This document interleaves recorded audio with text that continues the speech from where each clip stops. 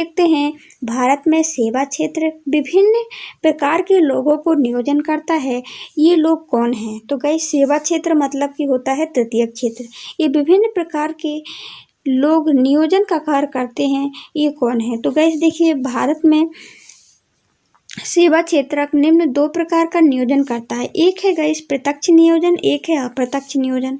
तो प्रत्यक्ष नियोजन क्या होता है गाइस?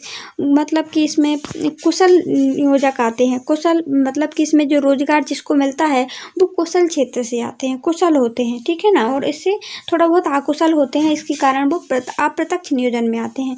देखिए प्रत्यक्ष नियोजन की बात करें तो वैसे लोग शामिल हैं जो उत्पादन में गाइस सीधे भाग लेते हैं। कैसे? सीधे भाग लेते हैं, इसलिए इनको प्रत्यक्ष कहा जाता है। और प्रत्यक्ष के तौर से वह सहायता करते हैं और नियमित रूप से, जैसे परिवहन, भंडार, संचार, बैंकिंग, व्यापार आदि में के रूप में गाइस भाग लेते हैं। तो एक तो हमने क्या पढ़ा था गाइस कि सेवा क्षेत्र मतलब कि गाइस तृतीय क्षेत्र में कौन कौन आता है?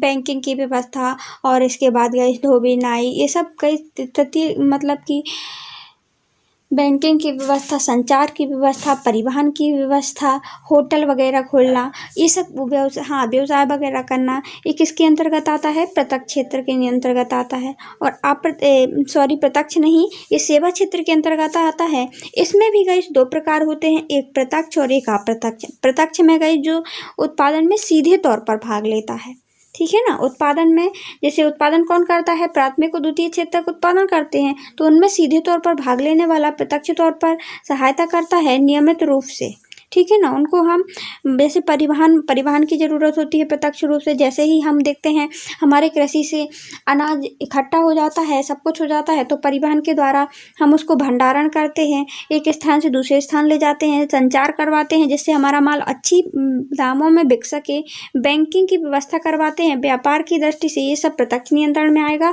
इसके बाद अप्रत्यक्ष नियोजन की बात की जाए तो ऐसी सेवाएं की वस्तुएं के उत्पादन से सीधे तौर पर सहायता नहीं करते हैं बल्कि अप्रत्यक्ष रूप से मदद करते हैं, जैसे धोबी नाई, वकील। तो गाइस देखिए अप्रत्यक्ष नियोजन में क्या आएगा? मतलब उत्पादन में सीधे तौर पर भाग ना लेकर के अप्रत्यक्ष में रूप से भाग लेते हैं। जैसे गाइस वकील की बात कर लीजिए, धोबी नाई, वकील की बात करें तो ये अप्रत्यक्ष रूप से भाग लेते हैं।